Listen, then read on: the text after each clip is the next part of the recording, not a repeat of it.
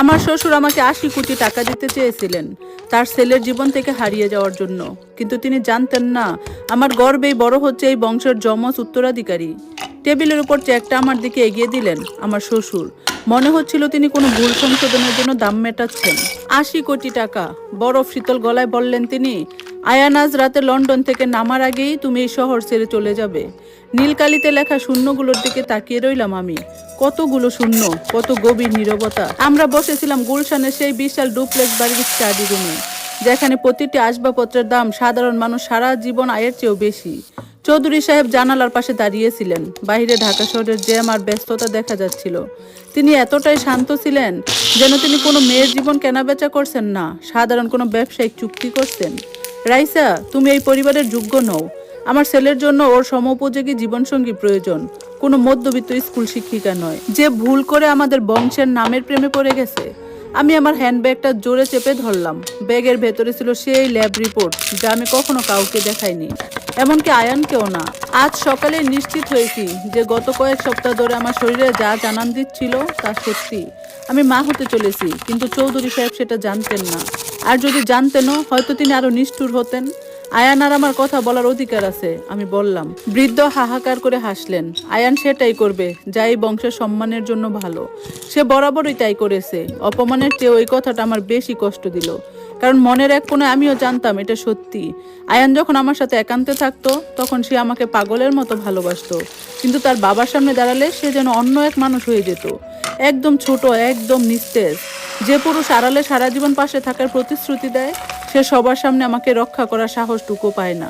টেবিলের উপর divorce paper আগে থেকেই তৈরি ছিল। সেই কাগজ অনুযায়ী আমি মেনে নিচ্ছি যে এই বিয়েটা একটা বড় ভুল ছিল। আমি কিছুই দাবি করব না, কোনোদিন ফিরে আসবো না, এবং চৌধুরী পরিবার থেকে চিরতরে চলে যাব। সই করো, তিনি আদেশ দিলেন। নইলে কাল সকালে পুরো ঢাকা শহর জানবে যে তুমি শুধু টাকার লোভে আমার ছেলেকে ফাঁসিয়েছিলে। আমার ভেতরটা দুমড়ে মুচড়ে যাচ্ছিল, কিন্তু আমি চোখ না নামিয়ে বললাম, এভাবে কি আপনারা শান্তিকে নেন? না, তিনি বললেন, এভাবে আমরা সমস্যা বড় হওয়ার আগেই তা মিটিয়ে ফেলি। না চাইতে আমার হাতটা পেটের উপরে চলে গেল। খুব সূক্ষ্ম একটা নাড়াচাড়া, তিনি খেয়াল করলেন না। আমি কলমটা তুলে নিলাম, আত্মসমর্পণ করার জন্য নয়, বরং আমি বুঝতে পেরেছিলাম যে আভিজাত্যের খাঁচায় আমার বা আমার সন্তানের জন্য কোনো ভালোবাসা অবশিষ্ট নেই। বিয়ের পর থেকে এই প্রথম আমি আয়ানের অপেক্ষায় থাকা বন্ধ করলাম। আমি সই করে দিলাম। চৌধুরী সাহেব হাসলেন। আমি জানতাম তুমি বুদ্ধিমতী মেয়ে।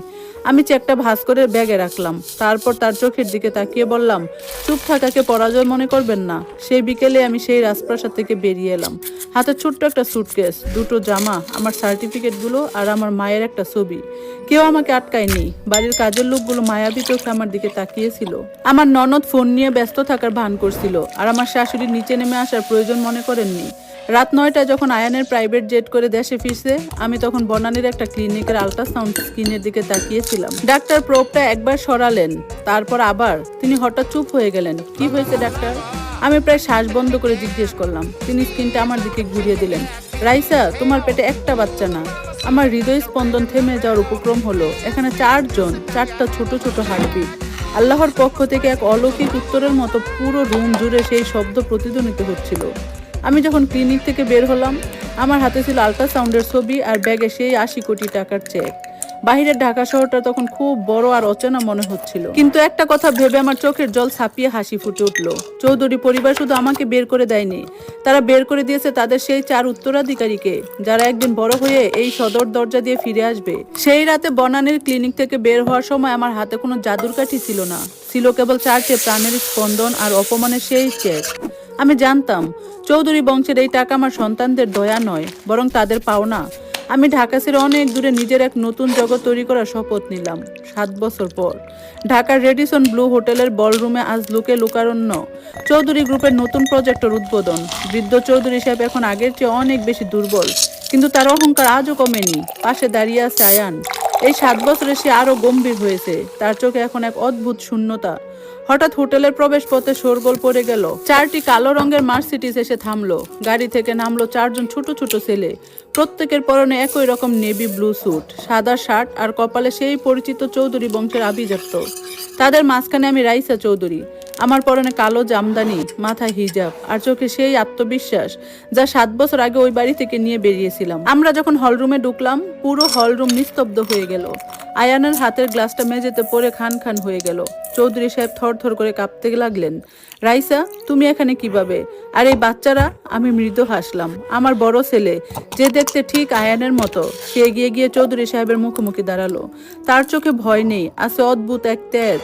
আমি শান্ত গলায় বললাম, আপনি 80 কোটি টাকা দিয়ে যে সমস্যা মিটিয়ে ফেলতে চেয়েছিলেন, আল্লাহ তার 4 গুণ করে ফেরত পাঠিয়েছেন। আলাপ করিয়ে দেই, ইমরান, আরিয়ান, ইহসান এবং আয়াজ, আপনার নাতিরা। পুরো অনুষ্ঠান স্থলে ক্যামেরাগুলো এখন আমার দিকে। আয়ান কাঁপতে কাঁপতে এগিয়ে এলো। রাইসা, এরা আমার সন্তান, তুমি আমাকে কেন বলনি? আমি আয়ানের চোখের দিকে তাকালাম। সেখানে এক সময় আমি আশ্রয় খুঁজতাম, আর সেখানে শুধু ঘৃণা দেখতে পেলাম। যিনি নিজের স্ত্রীকে জনসমক্ষে রক্ষা করতে পারেন না, তিনি 4 জন উত্তরাধিকারীকে রক্ষা করার যোগ্যতা রাখেন না। আয়ান চৌধুরী সাহেব তখনও বিশ্বাস করতে পারছিলেন না। তিনি চিৎকার করে উঠলেন, এ হতে পারে না, তুমি নিশ্চয়ই কোনো চাল চালছো। আমি ব্যাগ থেকে সেই 7 বছর আগের চেকটা বের করলাম, এখনো ক্যাশ করা হয়নি। আমি চেকটা ছিঁড়ে তার পায়ের সামনে ফেলে দিলাম। আপনার 80 কোটি টাকা আমার সন্তানদের একটু ভালোবাসার চেয়ে কম দামি? এই 7 বছর আমি শূন্য থেকে নিজের সাম্রাজ্য গড়েছি কেবল এই দিনের জন্য। আজ আমি এখানে এসেছি আপনার সম্পত্তি ভাগ নিতে নয়, বরং আপনাকে এটা জানাতে যে চৌধুরী বংশের আসল উত্তরাধিকারীরা এখন আমার কাছে, আর আপনার ওই বিশাল প্রসাদ এখন কেবল একটা ফাটা ইট পাথরের খাঁচা। আয়ান ঢুকরে কেঁদে উঠল, আমাকে একবার ওদের ছুতে দাও। আমার ছেলের এক পা পিছিয়ে গেল। বড় ছেলে ইমরান স্পষ্ট গলায় বলছে, মা বলেছিল আমাদের বাবা আমাদের ছেড়ে চলে গেছে, আমরা আমাদের মায়ের সন্তান, আমাদের কোনো বাবার প্রয়োজন নেই। চৌধুরী সাহেব স্তব্ধ হয়ে সোফায় বসে পড়লেন। যে বংশমর্যাদা বাঁচানোর জন্য তিনি নিজের রক্তকে অস্বীকার করেছিলেন, আর সেই রক্তই তাকে জনসমক্ষে অস্বীকার করে চলে যাচ্ছে। আমি 4 ছেলেকে নিয়ে ঘুরে দাঁড়ালাম। যাওয়ার আগে শুধু চৌধুরী সাহেবকে উদ্দেশ্য করে বললাম, সেদিন বলেছিলাম না আমি আপনার পর্যায়ে নই? আজ থেকে চৌধুরী বংশের পর্যায়ে আপনার প্রাসাদে নয়, আমার এই 4 ছেলের পদতলে। আমরা যখন হলরুম থেকে বেরিয়ে আসছিলাম, পেছনে পড়ে রইল এক সময়ের প্রতাপশালী এক বৃদ্ধের কান্না আর আয়ানের নিষ্ফল হাহাকার। আমার সন্তানদের ফিরে আসার গল্প কেবল শুরু হলো। চৌধুরী গ্রুপের সেই অনুষ্ঠানের পর পুরো ঢাকা শহরে তুলপাড় পড়ে গেল। সোশ্যাল মিডিয়া থেকে শুরু করে ড্রয়িং রুম, সবখানে আলোচনার কেন্দ্র এখন সেই 4 রাজপুত্র আর তাদের লড়াকু মা রাইসা। চৌধুরী সাহেব গত কয়েকদিন ধরে বিছানা থেকে উঠতে পারছেন না। তার যে অহংকার ছিল বংশের বিশুদ্ধতা নিয়ে, আর সেই বংশের 4টি প্রদীপ তার নাগালের বাহিরে। অন্যদিকে আয়ান পাগলের মতো আমাদের খুঁজে বেড়াচ্ছে। সে প্রতিদিন আমার অফিসের নিচে এসে দাঁড়িয়ে থাকে, কিন্তু আমার সিকিউরিটি তাকে ভেতরে ঢোকার অনুমতি দেয় না। এক বিকালে আমি আমার অফিসের কেবিনে বসে প্রজেক্ট ফাইল দেখছিলাম, তখন ইন্টারকমে খবর এলো আয়নের মা অর্থাৎ আমার প্রাক্তন শাশুড়ি এসেছেন। তিনি ভেতরে ঢুকলেন। 7 বছর আগে যে মহিলা আমাকে দেখেও না দেখার ভান করেছিলেন, আজ তার চোখে জল। তিনি এসে আমার হাত দুটো ধরলেন। রাইসা, আমাদের মাফ করে দাও, আমাদের বাড়ির প্রদীপগুলো আমাদের কাছে ফিরিয়ে দাও। তোমার শ্বশুর খুব অসুস্থ, তিনি মারার আগে তার নাতনিদের দেখে যেতে চান। আমি খুব শান্তভাবে তার হাতটা সরিয়ে দিলাম। মা, যখন আমি ওই বাড়ি থেকে এক কাপড়ে বেরিয়ে যাচ্ছিলাম, তখন তো আপনি একবারও জিজ্ঞেস করেননি আমি কোথায় থাকবো, কি খাবো। আজ যখন তারা বড় হয়ে গেছে, তখন তারা আপনার প্রদীপ হয়ে গেল, তাই না? আয়ান খুব ভেঙে পড়ছে। রাইসা, সে তো জানতো না। আমি হাসলাম। একজন পুরুষের জানার জন্য কি সব সময় ল্যাব রিপোর্টের প্রয়োজন হয়? সে যদি আমাদের ভালোবাসার উপর বিশ্বাস রাখতো, তবে আজ তাকে এই দিন দেখতে হতো না। আপনারা 80 কোটি টাকা দিয়ে আমার সন্তানদের ভাগ্য লিখে দিতে চেয়েছিলেন। আজ আমার কোম্পানি সেই 80 কোটি টাকা প্রতি মাসে ট্যাক্স দেয়। ঠিক সেই সময় কেবিনের দরজা খুলে ভেতরে ঢুকলো আমার ছোট্ট 2 ছেলে, ইহসান আর আয়াজ। তাদের পরনে স্কুলের ইউনিফর্ম। দাদিকে দেখে তারা চিনতে পারলো না। আয়াজ আমার কাছে এসে ফিসফিস করলো, আম্মু, এই দাদুকে কাঁদছে কেন?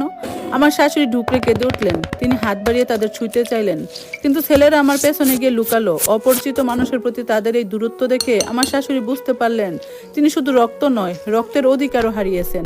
এদিকে চৌধুরী সাহেবের অবস্থা আরও অবনতি হলো। আয়ান শেষমেশ আইনগতভাবে আমার সন্তানদের দাবি করার হুমকি দিয়ে উকিল নোটিশ পাঠালো। সে ভেবেছিল আইন দিয়ে আমাকে ভয় দেখাবে। আমি উকিল নোটিশটা হাতে নিয়ে সরাসরি আয়ানের সামনে গিয়ে দাঁড়ালাম। সে তখন তার বিশাল লাইব্রেরি রুমে মদ্যপ অবস্থায় পড়েছিল। আমাকে দেখে সে উঠে দাঁড়ালো। রাইসা, আমি জানতাম তুমি আসবে। ওরা আমার সন্তান, ওদের আইনি অধিকার আমার আছে। আমি নোটিশটা ছিঁড়ে ওর মুখের উপর ছুঁড়ে মারলাম। আইন? যে বাবা 7 বছর নিখোঁজ ছিল, যার কোনো সই আমার বাচ্চাদের জন্ম সনদে নেই, সে আসবে আইনি অধিকার দেখাতে? আমি সেই 80 কোটি টাকার চেয়ে একটা ছিঁড়িনি আয়ান। ওটাই প্রমাণ যে তোমার বাবা আমার গর্ভের সন্তানদের সমূলে বিনাশ করতে চেয়েছিলেন। এই চেক আদালতে জমা দিলে তোমার বাবা জেলে যাবেন, আর তুমি তোমার সম্মান হারাবে।